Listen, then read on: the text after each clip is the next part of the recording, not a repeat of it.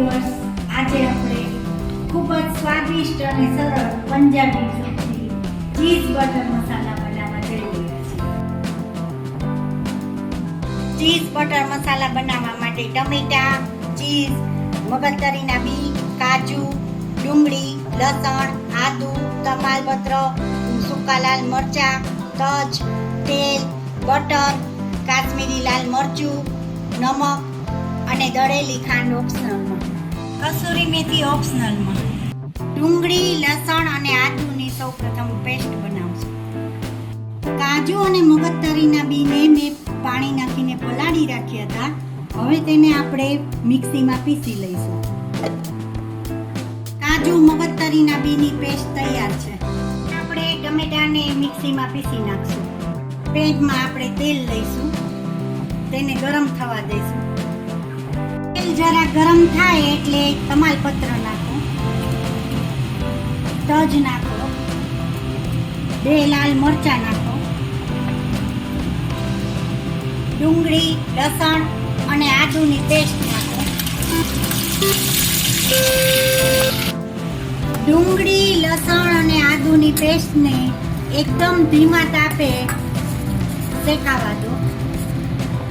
અહીંયા ડુંગળી અને લસણની માત્રા ઓછી રાખી છે. તમે તમારા સ્વાદ પ્રમાણે વધારે ઓછી લઈ શકો છો. તેલ છૂટું પડવા માંડ્યું છે અને ઓલમોસ્ટ આપણી ડુંગળી, લસણ ને આદુની પેસ્ટ સતળાઈ જવા આવી છે. તો હવે આમાં આપણે ટમેટાની પ્યુરી નાખશું.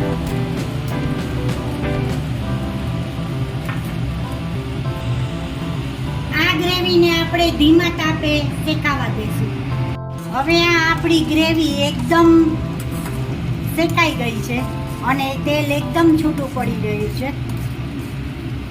તો આમાં આપણે કાશ્મીરી લાલ મરચું એડ કરશું.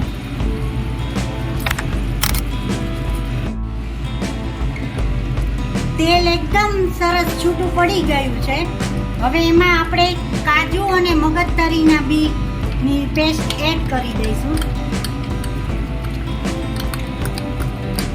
ચીઝ બટર મસાલામાં કાજુ અને મગજતરીના બીની પેસ્ટ બહુ જ સરસ લાગે છે. કાજુ અને મગજતરીના બીની પેસ્ટને સતત હલાવતા રહો, નહીં તો નીચે ચોંટવા મળશે. તેમાં કાશ્મીરી લાલ મરચું,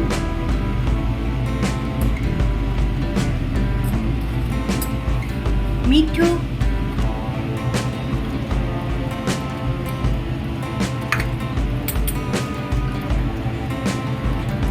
અને દળેલી ખાંડ ઓપ્શનલમાં છે, નાખીને સરખી રીતે મિક્સ કરો. હવે આ આપણી ચીઝ બટર મસાલાની ગ્રેવી તૈયાર થઈ ગઈ છે. તેમાં થોડીક કસૂરી મેથી ક્રશ કરીને નાખશું.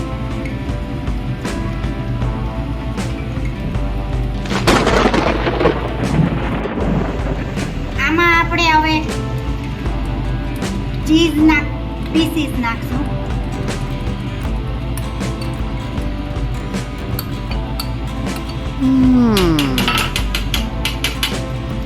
અને છેલ્લે બટર નાખશું, જેથી કરીને તેનો ટેસ્ટ સરસ આવશે.